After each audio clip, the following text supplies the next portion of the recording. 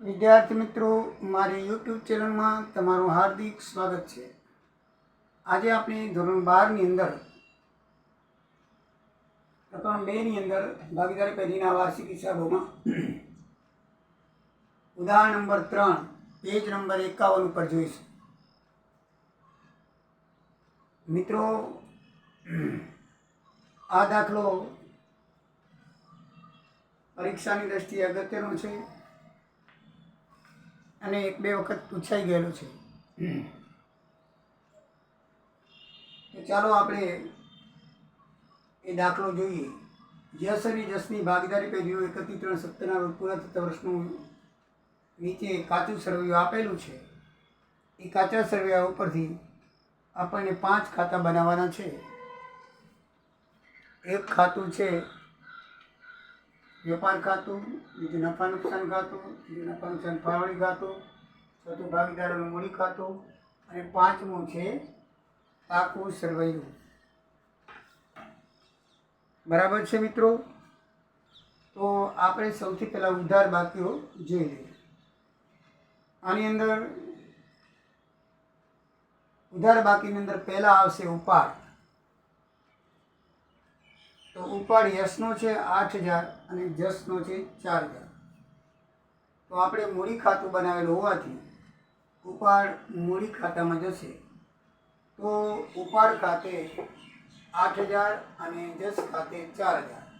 બરાબર? ઉપાડ ખાતે લખશું, યશ ખાતે 8,000, જસ ખાતે 4,000 આવશે મૂડી ખાતાની અંદર. આ હવાલો નથી, હવાલાની બે અસર થાય. બાકી કાચા સરવૈયામાંથી તમે કોઈ પણ ડાયરેક્ટ રકમ લખો એની એક જ અસર થાય. પછી બીજું છે સ્ટોક. કાઉન્સમાં લખ્યું છે 1/4/2016 અને 31/3/17 છે, એટલે 16 એ શરૂઆતનો સ્ટોક કહેવાય. બરાબર છે? તો શરૂઆતનો સ્ટોક હંમેશા વેપાર ખાતામાં આવે. તો શરૂઆતનો સ્ટોક અહીંયા લખાય. શરૂઆતનો સ્ટોક 24,000 રૂપિયા. બરાબર છે? આખરનો સ્ટોક વેપાર ખાતામાં આવે અને એ પાછો મિલકતના લેણા બાજુ પણ આવે. એ આવે પાછી આપણે જોશું. બરાબર છે? શરૂઆતનો સ્ટોક 24,000. પછી નીચે ગ્રાહકો આપ્યા છે. મિત્રો, ગ્રાહકો એટલે દેવાદારો. યાદ રાખવાનું, ગ્રાહકો પાસેથી આપણે એમાં લખ્યું છે ગ્રાહકો દેવાદારો. બરાબર છે? તો દેવાદારો જે છે એ આપણી એટલે કે ઉધાર બાકી હોય ને ત્યારે હંમેશા ગ્રાહકો લખ્યા, દેવાદારો એ મિલકત લેખાય. એ શું લેખાય? મિલકત લેખાય. દેવાદારો એટલે આપણે ગ્રાહકો પાસેથી લેવાના છે. ગ્રાહકો પાસેથી લેવાના છે. એવી રીતે લેણદારોને વેપારીઓ કહેવાય. આપણે દેવાના છે. વેપારીઓને દેવાના છે અને ગ્રાહકો પાસેથી લેવાના છે. અને આમ પણ ખબર ન પડતી હોય તો ગ્રાહકો ઉધાર બાજુ હંમેશા લખેલા હોય. ઉધાર બાજુ હંમેશા દેવાદારો આવે. એટલે ગ્રાહકોને દેવાદારો માનવાના અને વેપારીઓ હંમેશા જમા બાજુ લખેલા હશે અને જમા બાજુ હંમેશા લેણદારો હોય. બરાબર છે? આપણે જેને દેવાના છે આપણા લેણિયાત છે. બરાબર છે? આપણી પાસે માંગે છે, બધા વેપારીઓ માંગે. કોણ માંગે? વેપારીઓ માંગે. તો એ બધા આપણી લાયબિલિટી કહેવાય, એટલે જમા બાકી આવે. અને જે આ ગ્રાહકો છે એની પાસેથી આપણે લેવાના છે, દેવાદારો છે, આપણી મિલકત છે, ઉધાર બાકી હોય. ઉધાર બાકીને જમા બાકી આપેલી હોય ત્યારે મેં તમને સ્પષ્ટતા કરી દીધી છે મિત્રો કે કાચા સરવૈયામાં ઉધાર બાકી એટલે 90% ખર્ચાઓ અને મિલકતોની હોય. 90% ખર્ચાઓ અને મિલકતોની બાકી ઉપાડ આવે.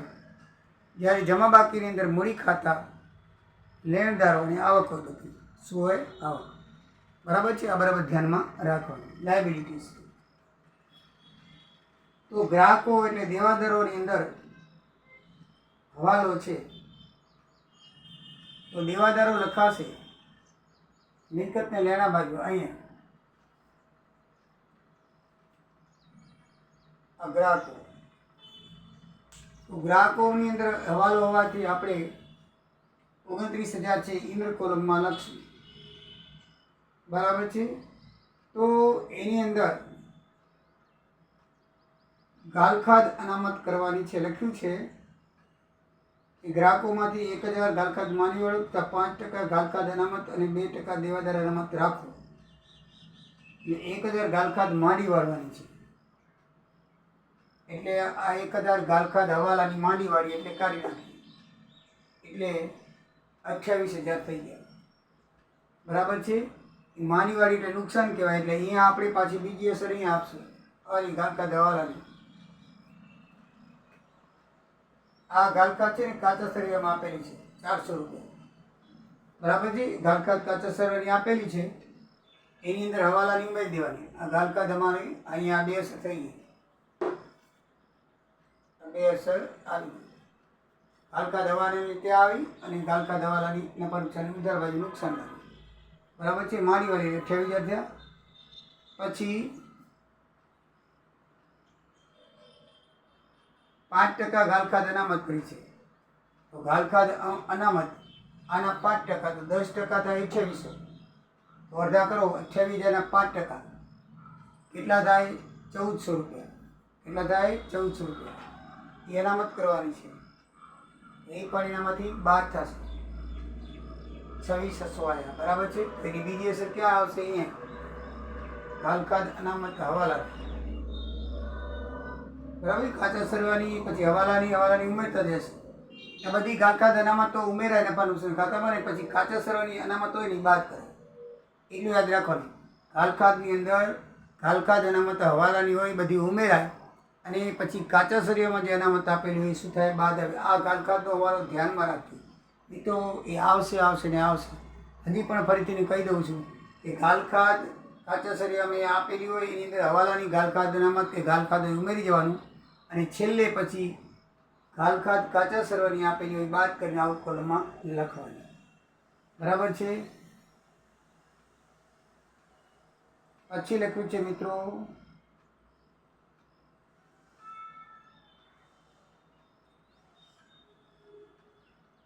5%, 2% લખે દેવાદાર વટાવ અનામત. 2% લખી આના 2%, બસ 26,205 2%. તો 1% 266 થાય. 2 દિને ઉડાડી દો એટલે 1% થાય. 266ના ડબલ 532. તો દેવાદારો પર વટાવ અનામત 532 એ બાદ થશે. તો દેવાદારોમાંથી ઘાલખાદ હવાલા અનામત, પછી ઘાલખાદ અનામત અને દેવાદારો પર વટાવ અનામત 3 વસ્તુ બાદ થવાની છે. બરાબર છે. ગ્રાહકો 29,000 હતા, એમાંથી લખ્યું ઘાલખાદ હવાલાની છે 1,000 બાદ કરી, પછી ઘાલખાદ અનામત હવાલાની હતી એ પણ બાદ કરી, અને પછી ઘાલખાદ વટાવ અનામત એ પણ બાદ કરી. એ બધી દેવાદારો ઉપર કરવાની છે. ગ્રાહકો એટલે દેવાદારો સમજી લેવાનું. નીચે હવાલામાં લખ્યું છે દેવાદારો, અને આમ ગ્રાહકો ઉપર થાય. બે સેમ વસ્તુ કહેવાય. તો એ ત્રણેય બાદ કરીને ચોખ્ખા દેવાદારો 26,068 લખવાનું છે. આની બીજી અસર વટાવ અનામત છે એટલે એ વટાવમાંથી બાદ થશે. વટાવ અહીંયા આવે. આપેલ વટાવ હોય 1400, એમાંથી વટાવમાં અનામત બાદ થાય, અને 1932 આપેલ વટાવ 1400 છે, એમાં વટાવ અનામત ઉમેરાશે 532, અને 1932 બાદ થશે. વટાવ અનામત હોય ને એ દેવાદારો પર વટાવ 532 છે. આપેલ વટાવ હોય એક નફા નુકસાન ખાતામાં આપેલ વટાવ 1400 છે કાચા સરિયાનો. ઇનર કોલમમાં લખ્યું. શું કામ લખ્યું છે? એમાં દેવાદારો પર વટાવ અનામત ઉમેરવાની છે. એટલે આપેલ વટાવ પ્લસ વટાવ અનામત 532, ટોટલ 1932 થાય. આ અનામત છે અને આપેલ વટાવ છે એના ઉપર શું થશે? પ્લસ થશે. હંમેશા અનામત બધી શું થાય છે? પ્લસ થાય છે. શું થાય છે? પ્લસ. પણ કાચા સરિયામાં આપેલી હોય તો એ શું થાય? બાદ થાય. આમાં કાચા સરિયામાં આપેલ નથી દેવાદાર કરવાના વટાવાના. બરાબર નહીં? તો એમાંથી આ 1932માંથી બાદ થાય. એટલે ઘાલખાદમાં હવાલામાં તમારે બરાબર ધ્યાનમાં રાખવાનું કે ઘાલખાદ નફા નુકસાન ખાતાની ઉધાર બાજુ લખી હવાલાની બધી ઉમેરવાની, અને કાચા સરિયાની જે અનામત હોય એ બાદ કરવાની છે. બરાબર. બાકી તો દેવાદારોમાંથી બાદ કરતા જવાની. શું કરવાની? દેવાદારોમાંથી બાદ કરતા જવાની. એટલે બરાબર મિત્રો તમને ખ્યાલ આવી ગયો હશે. આ આપણે આગળથી ઘણી વખત બધું કરતા આવ્યું છે. બરાબર છે. એક હવાલો આપણો પૂરો થયો. આગળ છે ખરીદી. ખરીદી 1,30,000 એના ઉપર હવાલો છે. આ 1,30,000 કાચા સરિયાની અંદર લખી છે. તો એના ઉપર હવાલો છે.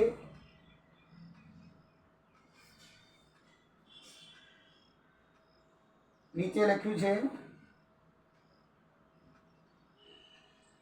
ખરીદી 1,30,800 અને પછી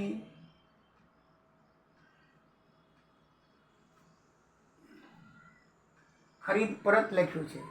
હવે જો હવાલા અંદર ખરીદ પરત લખેલું છે પણ માલ પરત બે બાજુ હોય. કાચા સર્વેની અંદર માલ પરત ડાબી બાજુ પણ લખેલું છે અને માલ પરત જમણી બાજુ પણ લખેલું છે. તો આપણે કઈ ખરીદ પરત માનવી અને કઈ વેચાણ પરત માનવી? કાચું સર્વે આપી છે ને એમાં મિત્રો માલ પરત ડાબી બાજુ ઉધાર બાકીમાં માલ પરત લખેલું છે અને જમણી બાજુ જમા બાજુ પણ માલ પરત લખેલું છે. તો આપણે વેચાણ કરીએ ત્યારે કઈ બાકી હોય? જમા બાકી. વેચાણ ખાતાની જમા, જો વેચાણ હંમેશા વેપાર ખાતાની જમા બાજુ આવે તો એને માલ પરત આવે તો ઉધાર બાકી કહેવાય. બરાબર? વેચી ત્યારે જમા, પરત આવે તો ઉધાર. તો જ્યારે ઉધાર બાકી લખેલી હોય ને એ તમારે હંમેશા વેચાણ પરત માનવાનું. વેચાણ પરતની બાજુ ઉધાર બાકી લખેલી હોય, બરાબર છે, ઉધાર બાકી લખેલી હોય તો તમારે શું લખવાનું? એને વેચાણ પરત માનવાનું. અને આપણે ખરીદ કરીએ ત્યારે કઈ બાકી હોય છે? ઉધાર બાકી. જ્યારે માલ ખરીદીએ ત્યારે કઈ બાજુ લખીએ છીએ? ઉધાર બાજુ. ખરીદી તો પછી ખરીદેલો માલ આપણે પરત કરીએ તો જમા બાજુ આવે. કઈ આવે? તો જમા બાકી ઉપર ખરીદ પરત કરેલું હોય ને, માલ પરત લખેલું હોય ને, ખરીદ પરત માનવાની. શું માનવાની? વાઇસ વર્સા એન્ટ્રી છે, એકદમ ઇઝી. માલ પરત બંને બાજુ લખેલું હોય છે. એક ઉધાર બાજુ પર માલ પરત હોય, એક જમા બાજુ પર. તો આપણે વાઇસ વર્સા, વેચાણ હંમેશા જમા હોય તો ઉધાર બાકી વેચાણ પરત કહેવાય. ખરીદી હંમેશા ઉધાર હોય તો ખરીદ પરત હંમેશા જમા બાકી ખરીદ પરત કહેવાય. એના ઉપર તમારે યાદ રાખવાનું. તો મિત્રો આની અંદર લખ્યું છે ખરીદ પરત ઉધાર બાજુ, બરાબર છે. માલ પરત લખ્યું, ખરીદ પરતની સોરી, માલ પરત લખેલું છે તો 2400 રૂપિયા લખેલા છે. કેટલા રૂપિયા લખેલા છે? 2400. અને ઉધાર જમા બાજુ પણ લખેલા છે 2800. તો બંને બાજુ આપણે જો હવાલાની અસર આપીએ તો ખરીદ પરત એટલે કાચા સર્વેમાં જ લખેલો છે. શેમાં લખેલો છે? કાચા સર્વેમાં બે બાજુ લખેલું છે ખરીદ, માલ પરત માલ પરત. તો આપણે જે જમા બાકી છે ખરીદ પરત 2800 રૂપિયા એટલે ખરીદ પરત કહેવાય.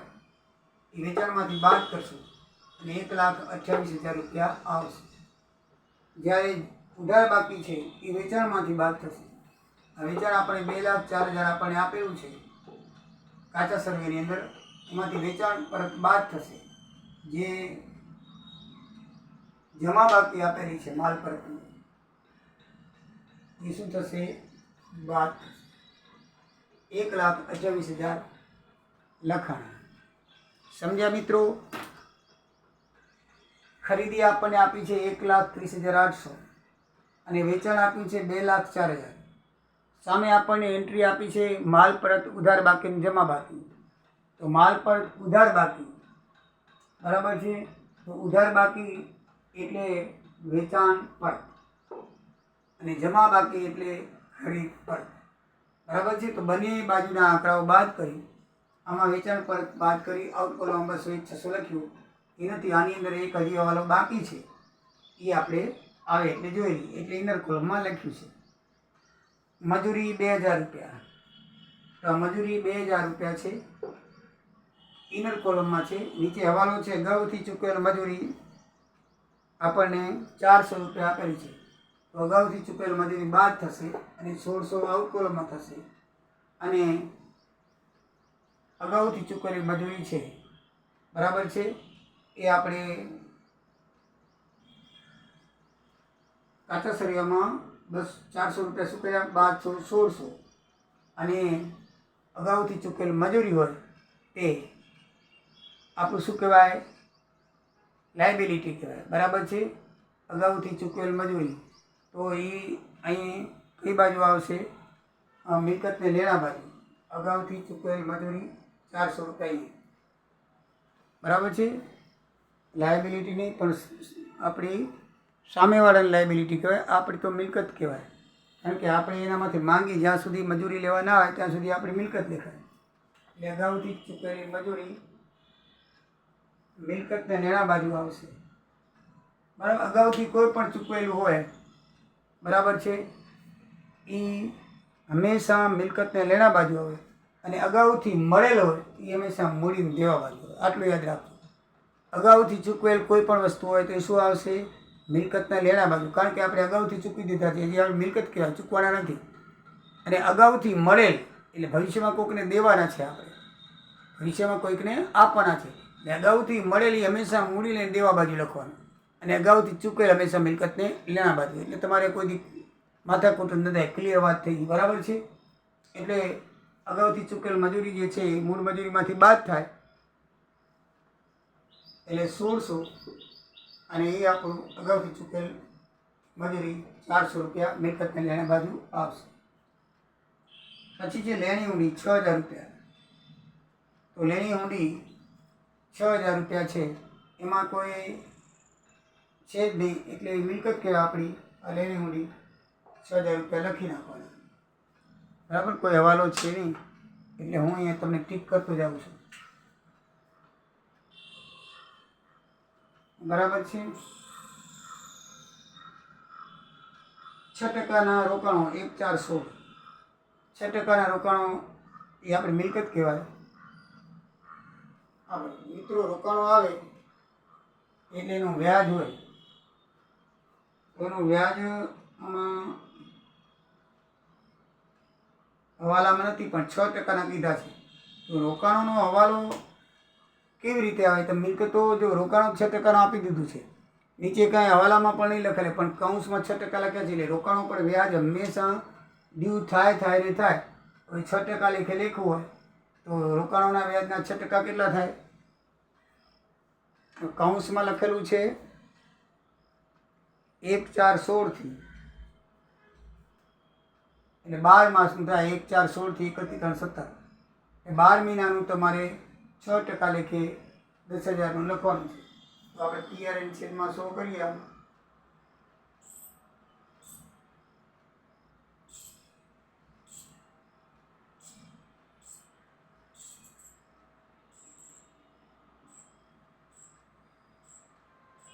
તો કેટલું વ્યાજ થશે? 300 રૂપિયા.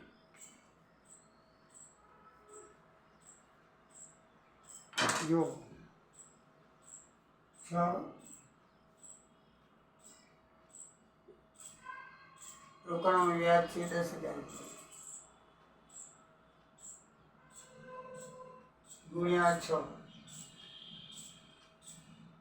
1/4 થી બાકી છે. આપણો હિસાબ 1 થી 3 17 12 મહિનાનું થાય ગુણ્યા 100 એટલે 600 રૂપિયા ટોટલ થાય. 600 રૂપિયા કેટલા થાય? ટોટલ થાય. ટોટલ 600 રૂપિયા થાય. એમાં આપણને ચોખ્ખું લખેલું છે આની અંદર કે રોકાણોનું વ્યાજ આપણને ચોકની અંદર લખેલું, આપણે કાચા સળિયાની અંદર લખેલું છે કે રોકાણોનું વ્યાજ 300 રૂપિયા. એ કાચા સળિયામાં લખેલું છે. રોકાણોનું વ્યાજ 300 રૂપિયા લખેલું છે. જમા બાજુ લખેલું છે આવક કહેવાય આપણી. એટલે નફા નુકસાન ખાતાની જમા બાજુ આપણે લખી નાખીએ. પણ આપણે હકીકતમાં થાય 600 રૂપિયા થાય. કેટલું થાય છે? 600. તો મળવાનું હજી બાકી લખવાનું પડે. મળવાનું બાકી 300 રૂપિયા. શું લખવું પડે? મળવાનું બાકી 300 રૂપિયા. ધ્યાનમાં રાખજો. આ હવાલો નથી પણ સમજવાની વાત છે. જ્યારે રોકાણો આવે ત્યારે રોકાણ પરનું વ્યાજ ચૂકવાયેલું હશે નહીં. ચૂકવાયેલું હોય તો કોઈ વાંધો નહીં. ન ચૂકવાયેલું હોય તો આપણે 600 રૂપિયા ચૂકવાયેલું બાકી છે. રોકાણનું વ્યાજ શું છે? બાકી છે એમ માન લેવાનું. પણ આમાં કાચા સળિયામાં લખ્યું છે કે રોકાણોનું વ્યાજ 300 મળ્યું છે. તો બાકીના 300 મળવાના છે. બાકીના 300 મળવાના બાકી. તો એ આપણું શું કહેવાશે? લેણું કહેવાશે. તો અહીંયા આવશે રોકાણનું બાકી વ્યાજ આપણે મળશે. ભવિષ્યમાં મિલકત છે આપણી. બરાબર. કાચા સરવૈયાના 300ની બે અસર નહીં થાય. એ તો એક જ અસર થાય. એટલે આ જે છે ને એ કાચા સરવૈયાનું છે અને આ છે એ હવાલાનું થાય. હવાલો ગુપ્ત હવાલો છે, હવાલો નથી. અંદર નીચે લખ્યું નથી કે તમે મિલકતો પર આટલા ટકા, કૌંસમાં મિલકતો આપી છે, કૌંસમાં 6% લખી નાખી છે બસ, અને તારીખ આપી છે. શું આપેલી છે? તારીખ. બરાબર છે. તો આપણે 6% લેખે રોકાણો ઉપર વ્યાજ ગણવાનું છે. તો 1/4 તારીખ આપેલી છે 16ની, તો આખા વર્ષનું થાય. જે તારીખ આવી હોય એન્ડિંગ સુધી આપણે ગણવાની હોય, તો એટલા સુધી આપણે ગણ્યું. 12 મહિનાનું 600 રૂપિયા થયા આપણે ગણ્યું. એમાં કાચા સળિયામાં મળેલ વ્યાજ 300 આપેલું છે, તો બાકીનું 300 રૂપિયા મળવાનું બાકી કહેવાય. તો એ આપણું લેણું કહેવાય. તો લેણા બાજુ એ લખવું પડે, ચૂકવાનું બાકી 300 રૂપિયા. બરાબર છે મિત્રો? એ રીતે. પછી આપેલું છે રોકડ સિલક 3500, તો 3500 એ આવશે અહીંયા મિલકતને લેણા બાજુ. ડાયરેક્ટ સીધી મિલકતને લેણા બાજુ આવશે 3500 રૂપિયા રોકડ સિલક. તો આગળ જોઈએ તો પગાર 12,000 રૂપિયા. પગાર એક ખર્ચ છે. બરાબર છે? તો અહીં 12,000 રૂપિયા આવી જતા. વહીવટી ખર્ચ, હવાલો નથી એનો કાંઈ પણ. આપેલ વટાવ 1400 રૂપિયા. આપેલ વટાવ છે એ 1400 રૂપિયા આપણો ખર્ચ છે. નફા નુકસાન ખાતાની ઉધાર બાજુ એ આપણે જોયું હતું. અને 532 હવાલાની એમાં દેવાદાર પર બાદ કર્યો આપણે, એટલે 1932 રૂપિયા આપણે આઉટ કોલમમાં લખ્યા. એ આપણે જોઈ ગયા છીએ. પછી છે ઘાલકાત 400 જોઈ ગયા આપણે, કાચા સળિયાની લખી અને બાકીની જે હવાલો આપ્યો એ. સ્ટેશનરી ખર્ચ 800 રૂપિયા. તો સ્ટેશનરી ખર્ચ 800 રૂપિયા અહીંયા છે. નીચે હવાલો લખ્યો છે કે ચૂકવવાના બાકી 500 રૂપિયા છે, એટલે 500 રૂપિયા ચૂકવવાના બાકી અહીંયા લખાશે. અને બીજો અસળિયા પાકા સળિયામાં દેવું છે આપણું, એટલે મૂડીને દેવા બાજુ 500 રૂપિયા લખાશે. અહીંયા આઉટ કોલમમાં ટોટલ ખર્ચ 1300 રૂપિયા નફા નુકસાન ખાતાની ઉધાર બાજુ લખાશે. જ્યારે હવાલાના 500 બંને બાજુ, એક ઉધાર બાજુ, અહીંયા મૂડીને દેવા બાજુ, કારણ કે આપણે ચૂકવાના બાકી છે એટલે એ આપણું દેવું કહેવાય. ઓફિસ ખર્ચ 2300. તો ઓફિસ ખર્ચ એ આપણો ખર્ચ છે. બરાબર છે? તો નફા નુકસાન ખાતાની ઉધાર બાજુ ઓફિસ ખર્ચ 2300 રૂપિયા. બરાબર છે? એના પછી મોટર કાર 52,000 રૂપિયા. મોટર કાર 52,000 રૂપિયા મિલકતને લેણા બાજુ લખાય. એના ઉપર 10% લેખે ઘસારો લખવાનો છે, એટલે 52,000 એક મિનિટ કાઢી નાખી 10% થાય 5200 રૂપિયા. 5200 બાદ કરી અને 46,800 આઉટ કોલમમાં આપણે લખશું. અને 5200 બીજો અસર નફા નુકસાન ખાતાની ઉધાર બાજુ ઘસારો, એ ત્યાંથી નુકસાન કહેવાય. 5200 રૂપિયા મોટર કારનો ઉધાર બાજુ આવશે. મકાન 60,200, કોઈ હવાલો નથી. તો મિલકત અને લેણા બાજુ તમે મકાનના આઉટ કોલમમાં લખી નાખો, કારણ કોઈ પણ હવાલો છે નહીં. બરાબર છે? અગાઉથી ચૂકવેલ ઓફિસ ખર્ચ 1200 રૂપિયા. તો અગાઉથી ચૂકવેલ ઓફિસ ખર્ચ 1200 રૂપિયા એ શું કહેવાય? આપણે એક જાતનું લેવા અગાઉથી ચૂકવેલ હોય એટલે બધું મિલકતને લેણા બાજુ આવે, એટલે 1200 રૂપિયા એ મિલકતને લેણા બાજુ. બરાબર છે?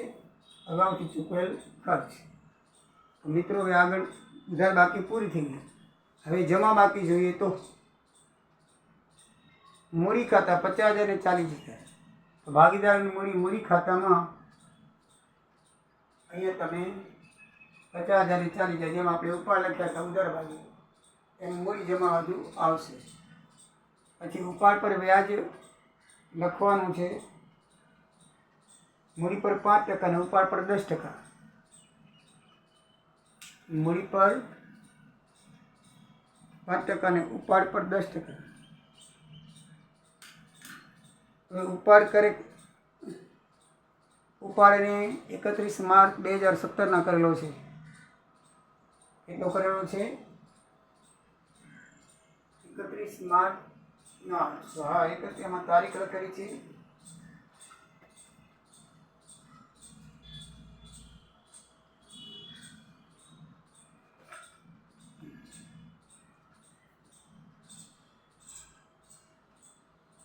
એકત્રીસ 3/17 ઉપાડ ખાતે આખું જે વ્યાજ વર્ષનું આપવાનું છે યસનું થાય, એટલે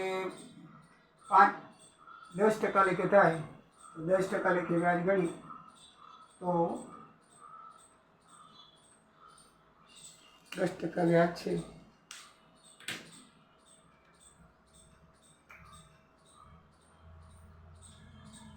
8,000 ગુણ્યા 10 ગુણ્યા 100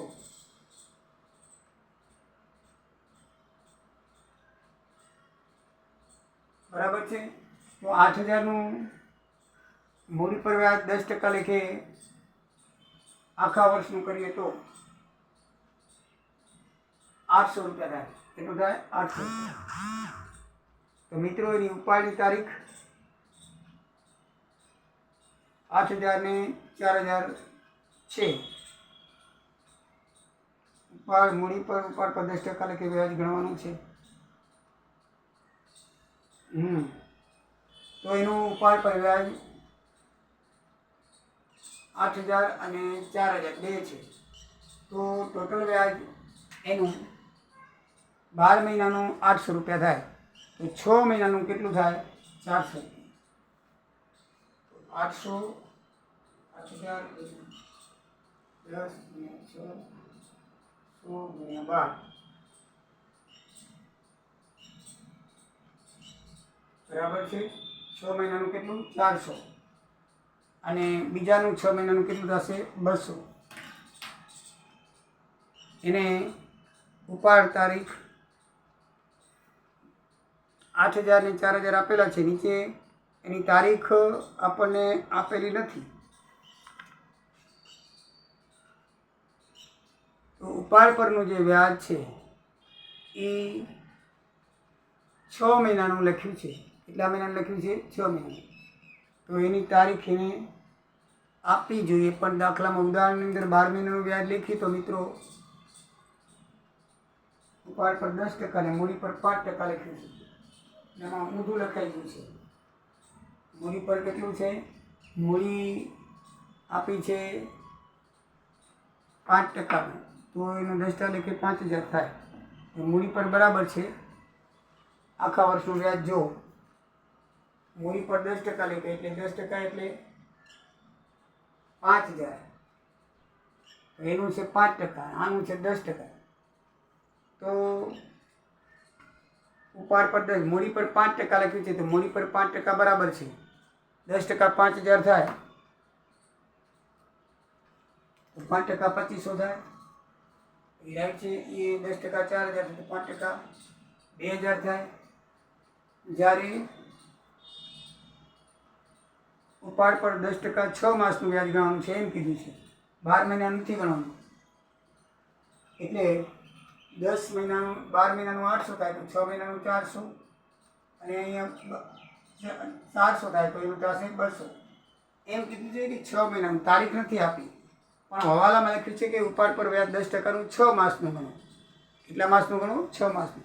આમ તો એને તારીખ આપી જોઈએ, પણ તારીખ આપી નથી, એટલે 6 મહિનાનું લખીને કે વાર્ષિક વ્યાજ તો 800 રૂપિયા થાય। 1 મહિનું કાઢી નાખો 10 800, અહીંયા 1 મહિનું કાઢી નાખો એટલે 400, પણ અડધા મહિનાનું 400 200, આનું 5% લેખે આખું 10% લેખે 5,000 થાય તો 2,500, અહીંયા 4,000 થાય તો 2,000 બરાબર છે। તમે આમ ગણશો તો આવી જશે। હવે તમે વ્યાજ ગણવાની ટ્રીક આવડી ગઈ છે એટલે વાંધો આવશે નહીં, બરાબર છે। તો ઉપાડ પર વ્યાજનો બીજો હવાલો એનો થશે નફા નુકસાન ફાળવણી ખાતાની અંદર। ઉપાડ પર વ્યાજ એ ભાગીદારોનું ખર્ચ છે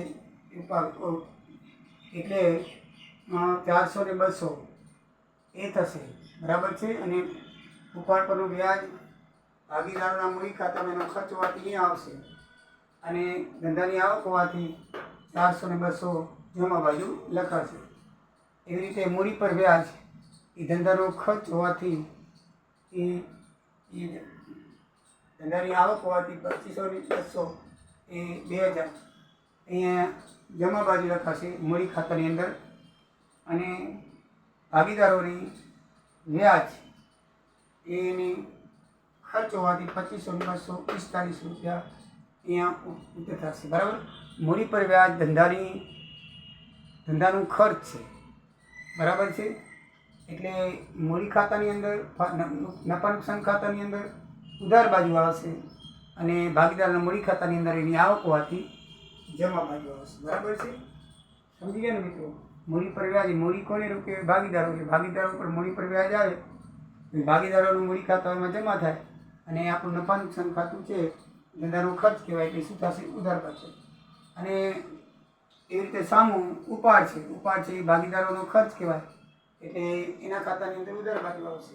અને ધંધાની આવક કહેવાય, એટલે એ કઈ બાજુ આવશે? જમા બાજુ આવશે. બરાબર છે મિત્રો? મૂડી પર વ્યાજ ધંધાનો ખર્ચ કહેવાય અને ભાગીદારોનું આવક કહેવાય. એટલે ધંધાનો ખર્ચ હોવાથી મૂડી પર વ્યાજ ઉધાર બાજુ લખ્યું અને ધંધાની આવક હોવાથી ભાગીદારોની આવક હોવાથી 2500 ને 2000 એ લખ્યું આપણે ભાગીદારોના મૂડી ખાતા. મૂડી પર વ્યાજ આપવું પડે ધંધાનો ખર્ચ કહેવાય ને, એટલે ફાળવણી ખાતાની અંદર શું લખાય? ઉધાર બાજુ લખાય. અને ભાગીદારોની આવક હોવાથી એના ખાતામાં જમા બાજુ આવે. ત્યારબાદ વેપારીઓ એટલે લેણદારો આપ્યા છે 16400. તો લેણદારોની અંદર કોઈ પણ હવાલો નથી, એટલે 16400 આઉટ કોલમમાં લખી રાખશું વેપારીઓ. બરાબર છે? પછી રોકાણનું વ્યાજ આવી ગયું. બેંક ઓવરડ્રાફ્ટ 24260 આપણે દેવાના થાય, એટલે આપણું દેવું છે, ચાલુ દેવું, એ પણ 24260 લખાઈ ગયું. માલ પ્રત આવી ગયું 2800 રૂપિયા. બરાબર છે? અહીંયા આપણે લખી નાખ્યો, હવાલો પતી ગયો. પછી મળેલ ભાડું 600 રૂપિયા મળેલ ભાડું છે, તો એ આપણી આવક કહેવાય. બરાબર છે? તો એ આવક હોય તો જમા બાજુ આવે. એ લખ્યું હવાલો છે. નીચે અગાઉથી 200 રૂપિયાનું ભાડું મળેલ છે, 5મો હવાલો છે, એ 200 રૂપિયા બાદ કરી અને 400 રૂપિયા આઉટ કોલમમાં લખ્યા. અને એ 200 આપણું અગાઉથી મળેલ ભાડું દેવું છે, કારણ કે ભવિષ્યમાં ચૂકવવું પડશે. એટલે મૂડીને દેવા બાજુ 200 રૂપિયા અગાઉથી મળેલ ભાડું, અગાઉથી મળેલી હંમેશા મેં તમને કીધું છે મૂડીને દેવા બાજુ આવે. બરાબર છે? આ થઈ ગયું. હવે આપણે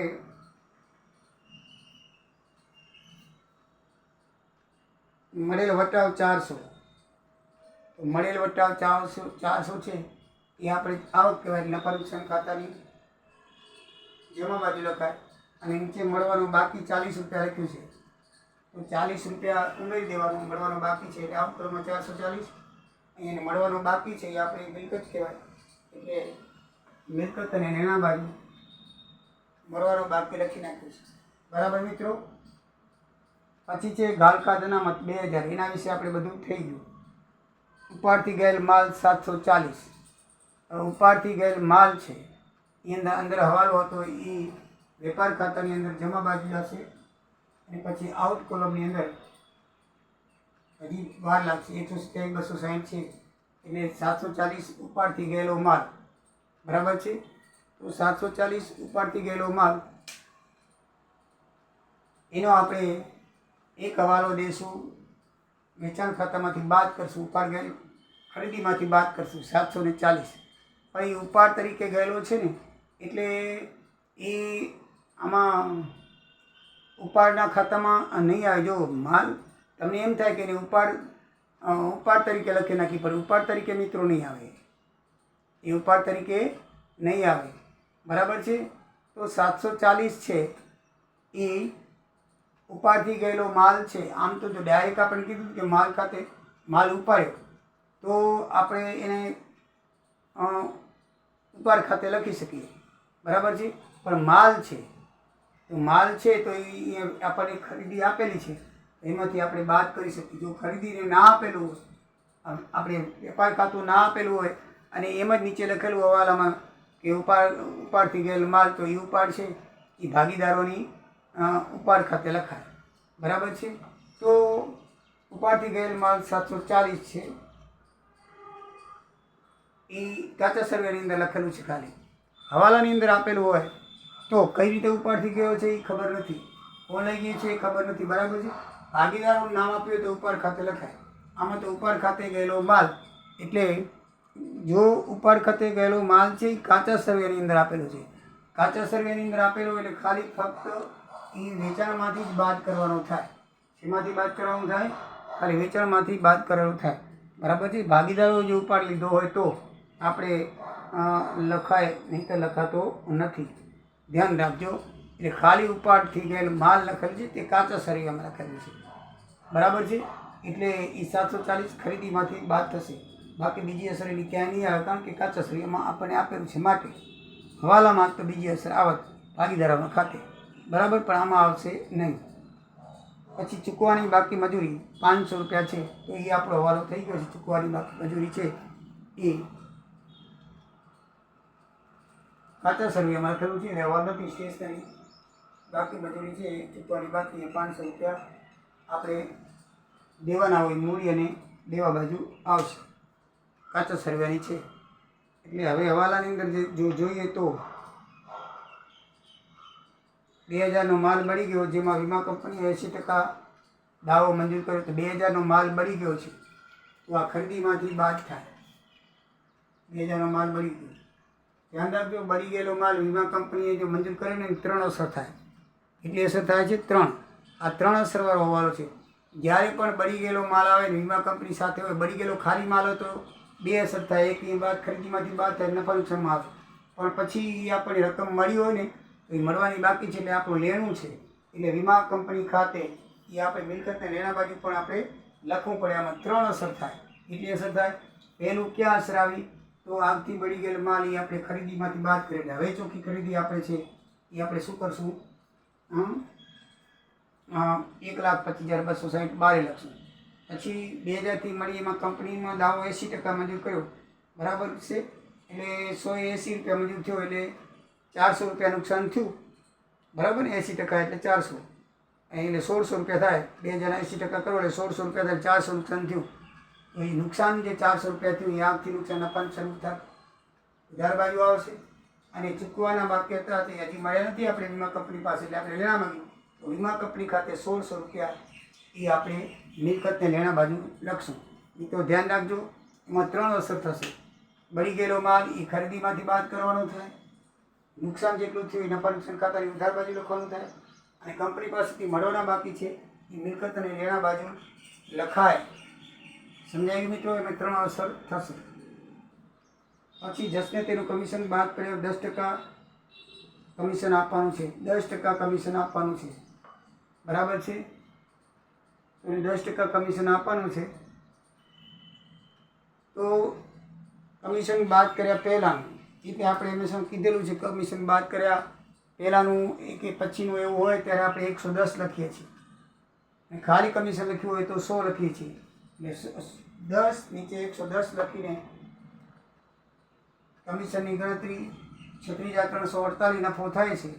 તો 36,348 નફાની અંદર આપણે એને,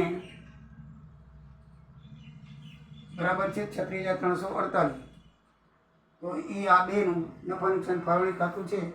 આ બેનું ટોટલ, આ તો વ્યાજ છે, આ બેનું ટોટલ મારવાનું. 36,348 ક્યાંથી આવ્યા? તો એ કમિશન બાદ કર્યા પહેલાં, બરાબર છે. તો આ જે 45 છે એ મૂડીનું વ્યાજ છે. આ બેનું ટોટલ મારશો તો 33 ને 344 થશે. એટલે 36,348 નફો છે, અને 10/110 ગુણશો તો 33.04.36 આવશે. એટલે રાઉન્ડ ફિગરની અંદર આપણે 3304 લખીએ તો જસનું કમિશન થશે 3304. કેટલું થશે? 3304. તો 3304 એનું કમિશન થશે. ત્યારબાદ એને 2 જગ્યાએ અસર આપવી પડશે. નફા નુકસાન ફાળવણી ખાતાનું આપણું ખર્ચ છે, 3304 અહીંયા આવશે, અને ભાગીદારોની આવક કહેવાય, 10ની આવક કહેવાય, એટલે જમા બાજુ 3304 આવશે. બરાબર મિત્રો?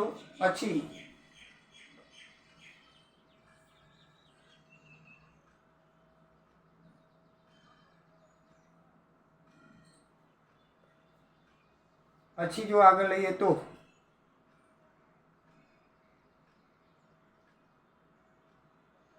બસ આ મજૂરી 2000 છે, એમાં અગાઉથી ચૂકવેલ બાદ કરી, ઠીક નથી કરી એ આપણે કરી લઈએ. 1600 રૂપિયા, અને અગાઉથી ચૂકવેલ મજૂરી એ આપણે 400 રૂપિયા અહીંયા આપણે મિલકત લેણા બાજુ ટીક કરેલું છે. એ હવાલો થઈ ગયો છે. કોઈ હવાલા રહેતા નથી. તો સૌથી પહેલાં આપણે વેપાર ખાતું બંધ કરવું પડે. તો વેપાર ખાતું બંધ કરીએ તો સૌથી પહેલાં જમા બાજુ લેવી પડે. જમા બાજુ ટોટલ મારી 2,13,600, તો 62,740 ખૂટશે એટલે 2,13,600 થશે. એ આ કાચો નફો કહેવાય. એ નફા નુકસાન ખાતે લઈ જવાનું. 62,740 નફા નુકસાન ખાતે જે કાચો નફો છે એ આપણે ક્યાંથી લઈ આવ્યા? નફા નુકસાન ખાતે વેપાર ખાતેથી લઈ આવ્યા. અને ઠીક કરી દઈએ, વેપાર ખાતેથી લઈ આવ્યા. હવે આપણે જમા બાજુ ટોટલ મારીએ 64,180. આમાં ટોટલ મારશું 64,180 થાય તો 40,248 ખૂટશે. 40,248 ખૂટશે. તો એ નફો ક્યાં લઈ જવાનો? નફા નુકસાન ફાળવણી ખાતે જમા બાજુ આવશે. એ બેના નફા નુકસાન ફાળવણી ખાતે ચોખ્ખો નફો લઈ જવાનો 40,248. તો નફા નુકસાન ફાળવણી ખાતાની નફા નુકસાન ખાતાની ઉધાર બાજુ છે. તો આપણે નફા નુકસાન ફાળવણી ખાતાની જમા બાજુ આવશે ચોખ્ખો નફો 40,248. અહીંયા આપણે લઈ આવ્યા. બરાબર છે. હવે આપણે જમા બાજુ ટોટલ મારીએ તો હવે નફા નુકસાન ફાળવણી ખાતું લખવાનું. વેપાર ખાતાનો નફો નફા નુકસાન ખાતે આવે અને નફા નુકસાન ખાતાનો નફો નફા નુકસાન ફાળવણી ખાતે ઉધાર છે. તો એ જમા બાજુ 40,248 લખાશે. હવે આપણે નફા નુકસાન ફાળવણી ખાતું બંધ કરી 40,848 થાય. એમાં 30,044 ખૂટશે. તો 40,848 છે એ ટોટલ થશે 30,048. આપણે નફા નુકસાન ખાતાનું ભાગીદારનું પ્રમાણ આપેલ નથી, વધુ થાય એટલે બંનેને અડધા વેચી દઈએ. તો એની ઉધાર બાજુ અહીંયા નફા નુકસાન વેચણી પાત્ર નફો એનો આવક કહેવાય એટલે એની જમા બાજુ લખાશે 16,522, 16,522 એની આવક કહેવાય નહીં. એટલે એની મૂડીમાં વધારો થશે. 50,000 મૂડી હતી ત્યાં બધા મૂડીમાં વધારો કરતા હોય એ બધા જમા બાજુ, કારણ કે મૂડી આવી જમા બાજુ એટલે એ આમાં લખાશે. હવે તમે જમા બાજુનું મૂડી ખાતાનું ટોટલ મારો 622, એમાં 828, એમાં બંનેમાં આટલા ખૂટશે 60,622, 57,660. બરાબર છે. તો એ બંનેની મૂડી કહેવાય. મૂડી ખાતાની બાકી આગળ લઈ ગયા તો મૂડી ખાતામાં અહીંયા લખાશે યસ 60,622 અને જસ 57,640. એટલે એની મૂડી બંનેની આવી ગઈ. બરાબર છે. હવે મિત્રો તમે બંનેનું બધું કમ્પ્લીટ થઈ ગયું. ખાતા બધી આઈટમ થઈ જાય પછી ખાતું ધ્યાનમાં રાખવાનું. પહેલાં વેપાર ખાતું બંધ કરી વેપાર ખાતે નફો લઈ જવાનો. નફા નુકસાન ખાતે વેપાર ખાતાનો નફો નફા નુકસાન ખાતે લઈ જવાનો. નફા નુકસાન ખાતાનો નફો નફા નુકસાન ફાળવણી ખાતે લઈ જવાનો. અને નફા નુકસાન ફાળવણી ખાતાનો નફો ભાગીદારોના મૂડી ખાતામાં લઈ જવાનો. અને ભાગીદારોના મૂડી ખાતાની બાકી આ બાકી આટલી એની મૂડી થઈને આટલી મૂડીમાંથી ગયું. આ એની મૂડીમાંથી ગયું 8,000 રૂપિયા કર્યા, 4,400 વ્યાજ ગયું. બાકી આટલી મૂડીની વધી. આ બે આઈટમ ગઈ ખર્ચ થઈ. બરાબર છે. તો વધી એટલી મૂડી આપણે પાછી મૂડી ખાતામાં લખી નાખવાની. અને બીજી અસર ક્યાં થશે એ લખી નાખવાની. પછી તમે ટોટલ મારશો તો તમારું મિત્રો બંને બાજુ ટોટલ સરખું આવશે. દરેક આઈટમ મેં વિગતવાર સમજાવી છે. બાકી તો તમે 11મા ધોરણથી જ આપણે વાર્ષિક હિસાબો કરતા આવીએ છીએ. હવે 12મા ધોરણમાં પણ તમને બરાબર સમજણ પડશે. બરાબર ને. દરેક હવાલાની અસર છે એ બે અસર આવે. એક આગના વીમાથી બળી ગયેલો વીમા કંપની સમાયેલી હોય તો 3 અસર આવશે. બાકી બધાની બસ 2 અસર આપવાની થાય છે. બરાબર છે. 5 ખાતા છે એટલે બોર્ડમાં ખીચોખીચ છે. પણ મેં એક આઈટમ તમને ટીક કરીને સમજાવેલી છે જેથી તમને ખબર પડશે. ભલે મિત્રો તમે જો વિડીયો ગમ્યો હોય તો લાઈક કરી સબસ્ક્રાઈબ કરશો. જય સિયારામ, જય દ્વારિકાધીશ. તમને રકમ આપી દઉં કારણ કે રકમ મૂળ દાખલાની રકમ આ મુજબ છે.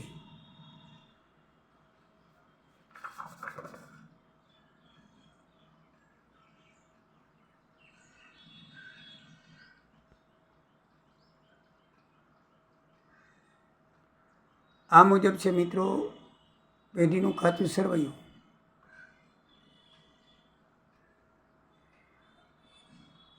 આખે આખું કાચું સરવૈયું આ પ્રમાણે છે.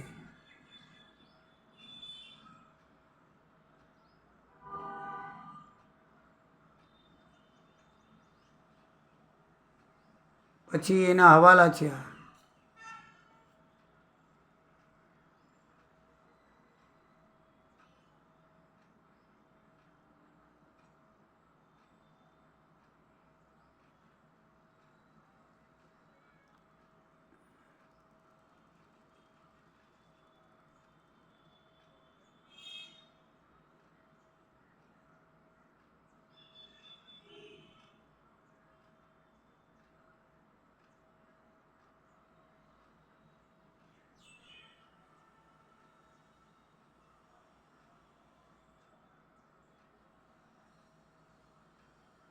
મિત્રો આવજો. જય દ્વારિકાધીશ, જય સિયારામ.